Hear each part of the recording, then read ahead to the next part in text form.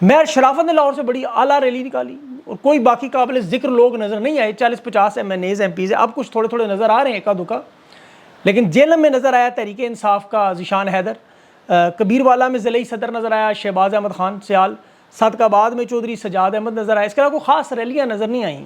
اسلام آباد کی جو ریلی تھی اس کی ٹائمنگ تھی 4 بجے. پولیس نے ایڈوانس میں ہی FIR کے بنا ہی FIR کے دے کے گرفتاریاں شروع کر دی. پہلی ریلی بھی شروع ہی نہیں ہوئی اور لوگوں کو آج ایک شخص کی بڑی کمی محسوس ہو رہی تھی. یہ عوام کو بڑے آرام سے نکالتا تھا, موبلائز کرتا تھا. اسے پنجاب بھیجتے تو آج کچھ فرق پڑتا. بہرحال اسے سائڈ لائن کیا گیا ہے, ان کی پارٹی کے معاملات ہیں, آگے چل کے دیکھیں گے اس کو. بیرسٹر گور اور شعیب شاہین آج لاٹھیاں بھی کھاتے رہے, انہیں بھی گھسیٹ کر لے کے جاتے رہے. ورکرز نے گرفتاریوں سے بڑی مشکل سے چھڑایا انہیں آج. لیکن ریحانہ ڈار اور روبا ڈار کی گرفتاری پر وہ عمران افضل رضا نے بڑا ہی خوبصورت شعر پڑھا. مرشد ہماری پولیس کیا لڑتی ڈاکوؤں سے, مرشد ہماری پولیس کیا لڑتی ڈاکوؤں سے, مرشد اسے تو ماؤں بہنوں سے ہی فرصت نہیں ملی. یہ مریم نواز اپنی جلسیاں جو دہشت گردی ہے اس کے پیچھے وردی ہے نعرے مرواتی تھی, بندوقوں والے ڈرتے ہیں نہتی لڑکی نعرے لگواتے ہیں. آپ کو یاد ہوں گے یہ میڈم تھیف منسٹر خود خاتون ہو کے خواتین پر ظلم, جناح اس کے باہر کھڑے ہوئے میرے آنسو نہیں رک رہے. اس دہشت گردی پر ذرا اندازہ کریں کون سی دہشت گردی. 25 لوگ تو تحریک انصاف کے شہید ہوئے, یہاں تو نہ کوئی شہید ہوا ہے نہ زخمی ہوا. آنسو کس چیز کے؟ نواز شریف کی اسٹیٹمنٹ آن ریکارڈ ہے جب کرنل شیر خان کو 2 مرتبہ اس پر ظلم ہوا. آپ کو پتہ ہے 2 مرتبہ, ایک دفعہ دشمن کے سامنے چھوڑ کے بھئی یارو مددگار خود نواز شریف نے کہا, اور دوسری طرف مردان میں آپ کو پتہ ہے کسی عام فوجی مجسمے کو کرنل شیر سے منسوب کر کے اس کی توڑ پھوڑ کر کے تذلیل کر دی. یوم سیاہ ہے 1971 تھا, 90,000 فوجیوں کا سرنڈر کرنا بہت بڑا یوم سیاہ تھا, بنگلہ دیش کا بننا. آج یہ تحریک انصاف کو دہشت گرد بنانے کے لیے یوم سیاہ, اور مریم نواز کہتی ہے میری آنسو نہیں روک رہے. ان کے رونے پہ مجھے یاد ہے کہ کفار مکہ بھی ابو جہل سمیت وہ تمام لوگ اپنے بتوں کے ٹوٹنے پر لات منات اور زا کے بہت روئے تھے. ان کا رونا سمجھ میں آتا ہے کیونکہ جنہیں یہ برگر سمجھ کر کرش کرنے کی کوشش کرتے رہے وہ لوہے کے چنے نکل آئے. اب چبانے کی کوشش کریں دانت بھی ٹوٹیں گے اور آنسو بھی نکلیں گے. نکلنے کی کوشش کریں سانس رکے گا آنسو پھر نکلیں گے. ایک ہی راستہ ہے اگل دیں, عزت بھی بچے گی جان بھی بچے گی, کچھ کرنے کی ضرورت بھی نہیں ہے.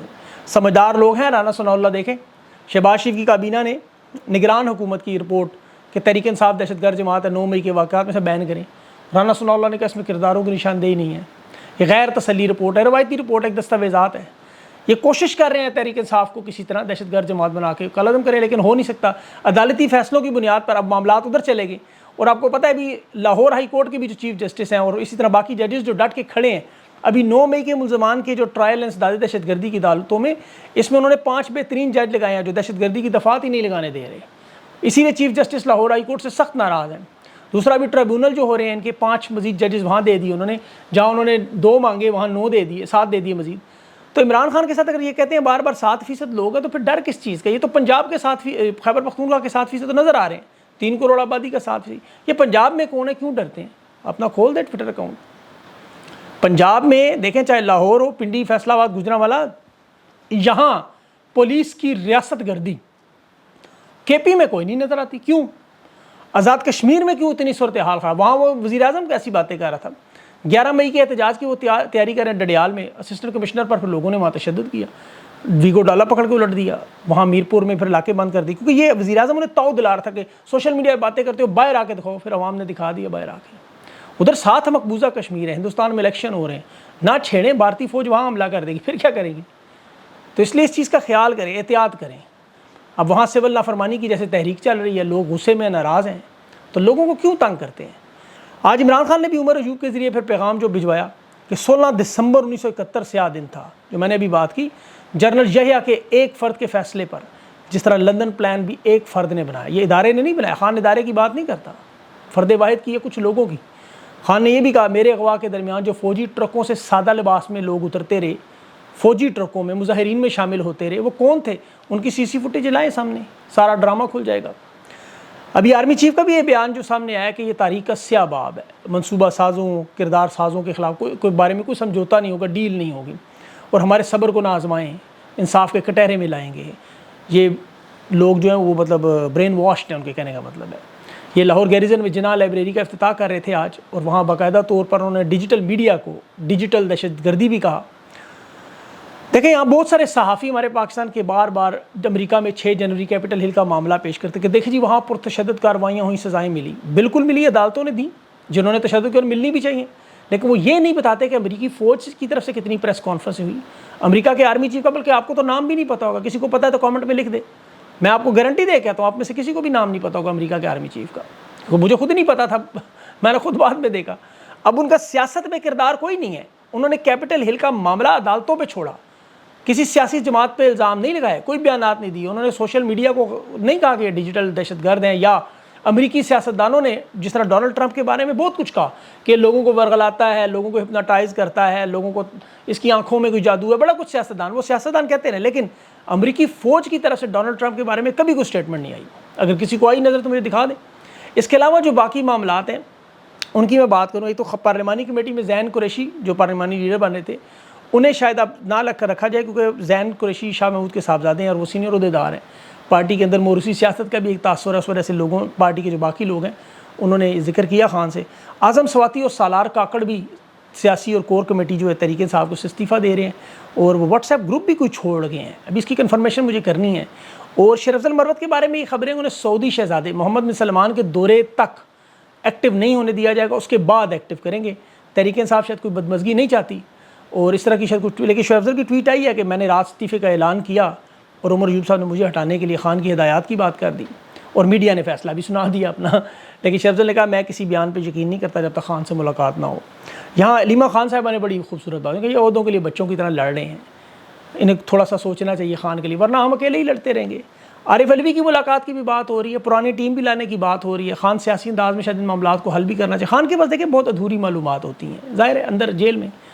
ابھی شاہ محمود قریشی کی ہو سکتا ہے رہائی کی بات ہو، اس کے بعد سائفر کا معاملہ اگر وہ ختم ہوتا ہے تو فی الحال ابھی کہنا تھوڑا مشکل ہے، کیونکہ ابھی جو بڑے سخت بیانات آ رہے ہیں اور آج ویسے بھی 9 مئی ہے، ہو سکتا ہے اس 9 مئی کے گزرنے کے بعد آپ کو پتہ ہے دفنانے کے بعد دن نرم ہونا شروع ہو جاتے ہیں یا پھر بہت سخت ہونا شروع ہو جاتے ہیں۔ سوشل میڈیا کی کمپنیوں کو پاکستان میں دفتر کھولنے پر مجبور کر رہے ہیں، ٹویٹر کو مستقل بند کرنے کی بات ہو رہی ہے، تو آنے والے دنوں میں ہو سکتا ہے یا تو سختی مزید ہو تو یا پھر نرمی، راستہ تو ایک ہی ہوگا، درمیانی راستہ تو اب چل نہیں سکتا۔ گندم کے معاملے پر بھی ابھی پی ڈی ایم حکومت جو ہے وہ باجوہ صاحب کے قریبی لوگ، ان کے فرنٹ مین، بیوروکریسی کے لوگ اور وزراء، ان کا پورا سکینڈل سامنے آ رہا ہے، کس طرح پاکستان کی عوام اور کسانوں کو انہوں نے حقیقی معنوں میں رول کے رکھ دیا۔ 2022 میں جب خان کی حکومت گری تو آپ کو یاد ہوگا باجوہ صاحب کی اس وقت یوکرین کے بڑے بڑے تاجروں سے پاکستانی سفارتخانوں میں اگست کے مہینے میں ملاقاتیں بھی ہوتی رہیں۔ اب یہ جو خبریں سوشل میڈیا پر اس وقت چل رہی ہیں کہ امریکہ کے کہنے پر یوکرین کو جب انہوں نے اسلحے کی سپلائی کی، جس کی آپ کو پتہ بہت ساری ویریفیکیشن ہے، تو بدلے میں یوکرین نے اپنی گندی اور پرانی بارود زدہ گندم پاکستان کو سستی بیچ دی۔ انہوں نے حالیہ نکالا کہ فرنٹ مین پہلے رکھیں ڈیلرز، ان کے نام پہ پھر پرائیویٹ کمپنیاں پیچھے بنی ہوں، اور جس طرح یوکرین کو پرائیویٹ کمپنیوں کے تھری اسلحہ بھیجا گیا، اسی طرح سارا کمیشن جب واپس آئے تو پہلے فرنٹ مین ڈیلر کو ملے، ڈیلر سے پرائیویٹ سیکٹر میں ان سے جن سے گندم خریدی گئی، اور پھر اس گندم کو پاکستان کی حکومت خرید کے جو فلور ملوں کو دے گے، سبسڈی مطلب ادائیگی کرے گی، اسے پرائیویٹ سیکٹر کے بڑے بڑے سیٹ جو تقریباً 120 سے زائد شاید کمپنیاں بن چکی ہیں، پوری لسٹ صابر شاکر نے لگائی ہے، بہت بڑی لسٹ تھی، اور انہیں ادائے کیے گئے پیسے سارے، اور درمیان میں جو بروکرز ہیں، یہ باجوہ ٹائپ لوگ جو فرنٹ مین ڈیلر جو ان کے ہیں، ان بروکرز کو پیسے ملیں، پھر وہ پیسہ سوئس بینکوں میں چلا جائے براہ راست، یوکرین کو ان کے پیسے مل جائیں، اسلحہ بھی مل جائے، سوئس بینکوں میں ان کے پیسے بھی آ جائیں اکاؤنٹس میں، خراب اور بارود زدہ گندم جو جانور بھی نہیں کھاتے وہ پاکستان کی عوام کو دے دی جائے اور پیسے کھا کے سائڈ پہ ہو جائے، اور پھر یہ نعرے مار دیں کہ یوم سیاہ دن ہے آج۔ تو عوام کے ساتھ تو یہی ظلم ہے، لیکن اسی لیے اب خیبر پختونخوا کے جو معاملات ہیں وہاں سے ابھی علی امین گنڈا پور کی بڑی سخت سٹیٹمنٹس ہیں، اس نے کہا میں اگر اپنا منہ کھول دوں تو بڑا مسئلہ بن جائے گا، اور وہ کھولیں گے منہ اپنا۔ ابھی میرا یہ خیال تھا کہ یہ 9 مئی گزرنے کے بعد حالات جو ہیں وہ بہتری کی طرف جائیں گے، کیونکہ آج انہوں نے عوام کا پریشر دیکھ لیا، عوام کا دباؤ دیکھ لیا کہ دبانے سے کچلنے سے عوام نہیں چپ ہوتی۔